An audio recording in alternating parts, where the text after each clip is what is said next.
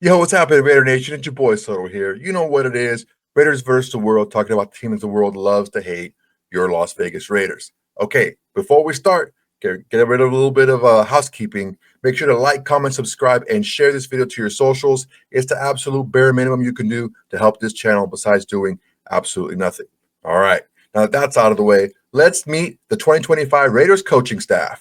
Kicking it off is Pete Carroll at head coach, the legend. All right. He's got an energetic, player centric coaching style. He really focuses on competition, on having a strong defensive identity, and emphasizing culture above all else first. You got to be a right fit for the team. You have to be able to want to play for your teammates to be able to thrive in this environment.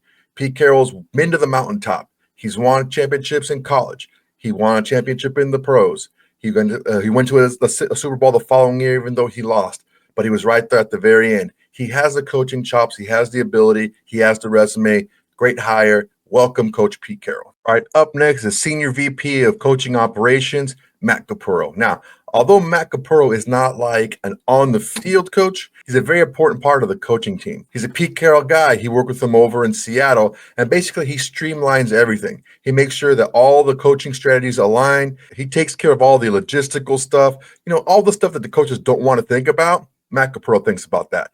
Very important part of this team. All right, up first in the offense is offensive coordinator Chip Kelly. Chip Kelly is known for innovative, fast-paced offensive schemes from his time at Oregon and also in the NFL at different places. He brings a dynamic spread option approach to the Raiders. His coaching style emphasizes tempo and efficiency. He wants to maximize offensive output through his creative play calling. All right, up next is wide receivers coach Chris Beatty. Chris Beatty has a lot of experience in the college and the pros. His main thing is coaching discipline and precision in route running. If you have any issues with your route running, you round stuff off, stuff like that, that's not going to fly with Chris Beatty. His coaching style is all about being detail-oriented and emphasizing technique, the fundamentals, staying disciplined, and being where you're supposed to be. This is going to be a great get for us. He's a very experienced wide receiver coach, and he's going to do good things. All right, senior offensive assistant is Bob Bicknell is next. Now, Bob Bicknell's been around the NFL forever. His main thing is being a collaborator. He brings a lot of ideas together, and he helps put game plans together, and he's really good at it. One of the other things that he really does really well is he mentors young coaches. This is one of the things that we talked about having really good coordinators that may want to leave soon to become head coaches themselves.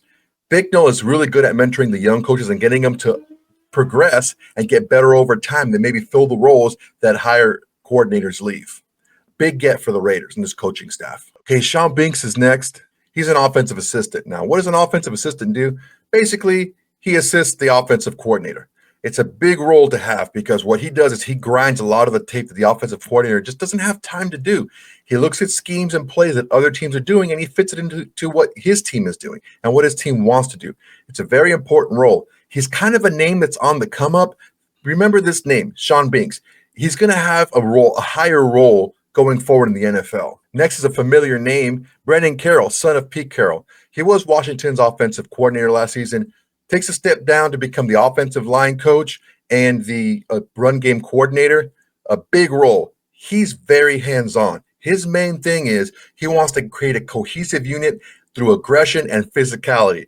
That's what he wants to bring. He likes big, bruising bullies of offensive linemen, and I think it's going to do a great job for us. Now, if there's any issues going on with the offensive line, we still have Joe Philbin. We'll talk about him in a little bit. But Brendan Carroll, his mentality and the way he likes to coach, I think is going to be really good for our offensive line and for our run game. All right, next on the list is another son of Pete Carroll's, Nate Carroll. Nate Carroll worked for the Panthers last season, and he comes in as an assistant quarterbacks coach. So basically what he does is he helps the quarterbacks get ready, watching film, breaking it down, and getting them prepared for the game plan of that week. It's a huge responsibility, and I think Nate Carroll is ready for it. He's going to be an important part of that quarterback room and going to bring along maybe a young quarterback, a rookie quarterback, or even develop a veteran quarterback if we get one. I suspect he's going to work very closely with Tom Brady on how Tom Brady really broke down film and how he looked for the little things to give him a big advantage. Our next is Andy Dickerson. He is an assistant offensive line coach.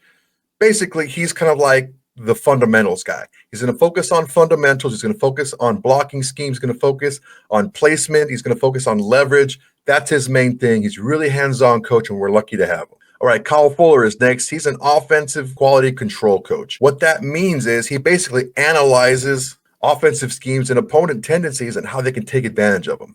Very important role. His analytical approach is really important in game planning and thinking up of new schemes to run and new plays to run moving forward. He focuses a lot on details and is going to give a lot of detailed information for this offensive staff. All right, up next is running back coach Dalen McCullough.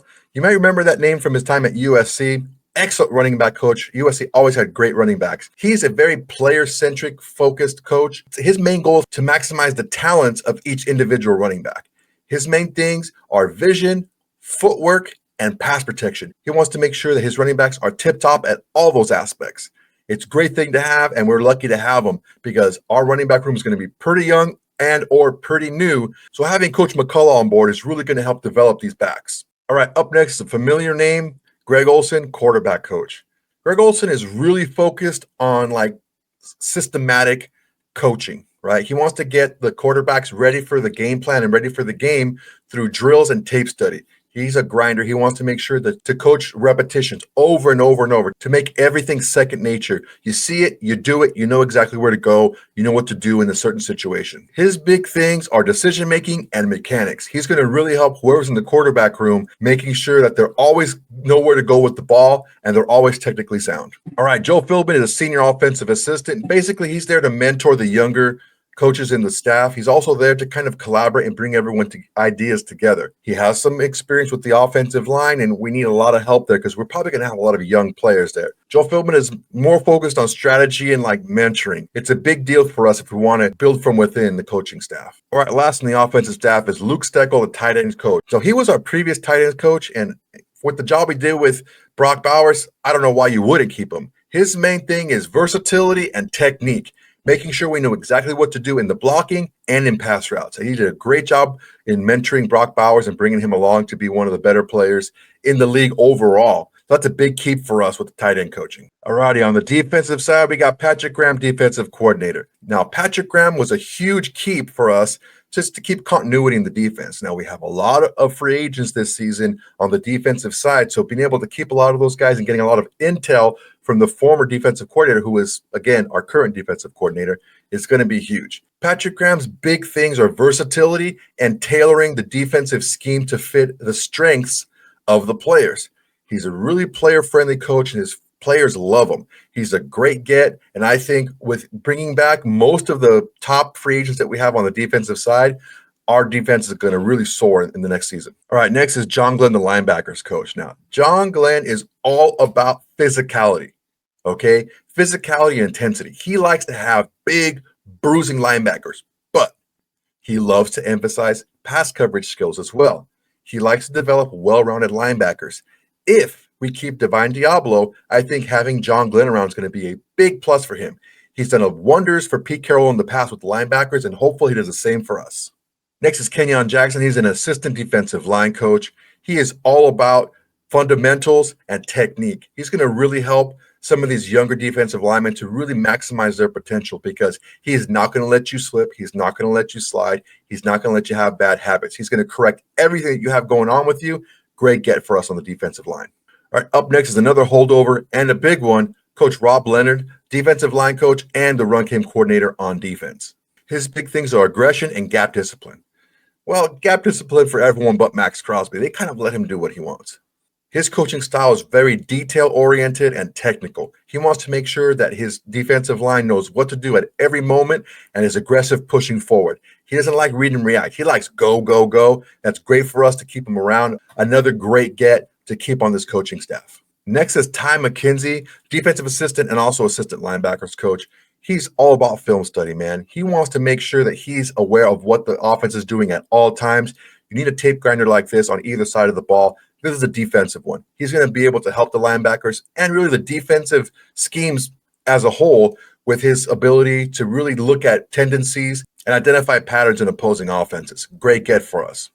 Next is defensive quality control coach Beya Rasul. Now, Beya Rasul is not so much on the field as he is in the tape room, another tape grinder. He's going to really look at tendencies and patterns in the opposing offenses and help put game plans together by giving that information to the rest of the coaching staff. He's a big addition to the staff. All right, the defensive back coach is Marcus Robertson.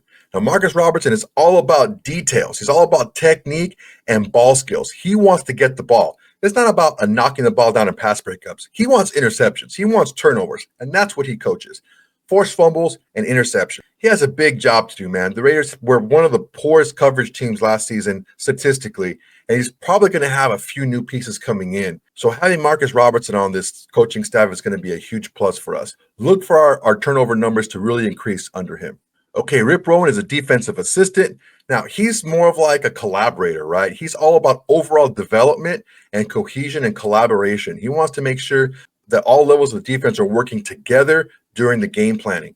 He's a big coach to have. He's a big get for us to make sure that the schemes make sense on all levels of the defense. All right, last on the defensive list is Joe Woods, the pass game coordinator, defensive back assistant coach.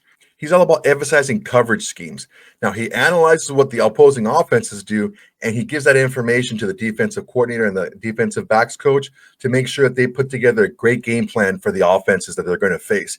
He's a great get to have. Look for this defensive back room to really flourish and thrive and be much better than they were last season. All right, on special teams, we have Tom McMahon, Cade Rannings, and Darius Swinton. These are all holdovers from last season, so we had a pretty good special teams as far as the kicking game goes and coverages as well. So look for a little bit more of that same coming this season. All right, guys, that's your coaching staff. Let me know what you think on the comments below. Who are the diamonds in the rough? Who are the most important coaches that we have on this list? And who are going to be the fast risers and names make potentially next season for bigger roles? All right, guys, make sure to please like, comment, and subscribe and share to all your socials. It's the absolute bare minimum you can do to help this channel besides doing absolutely nothing. I appreciate your time, guys. Until next time, everybody. Peace. Hey, Raider Nation. Thanks for watching. There's plenty more where that came from. Go ahead and smash that like button. Drop a comment. Make sure to subscribe and share to all your socials. It's the bare minimum you can do without doing absolutely nothing.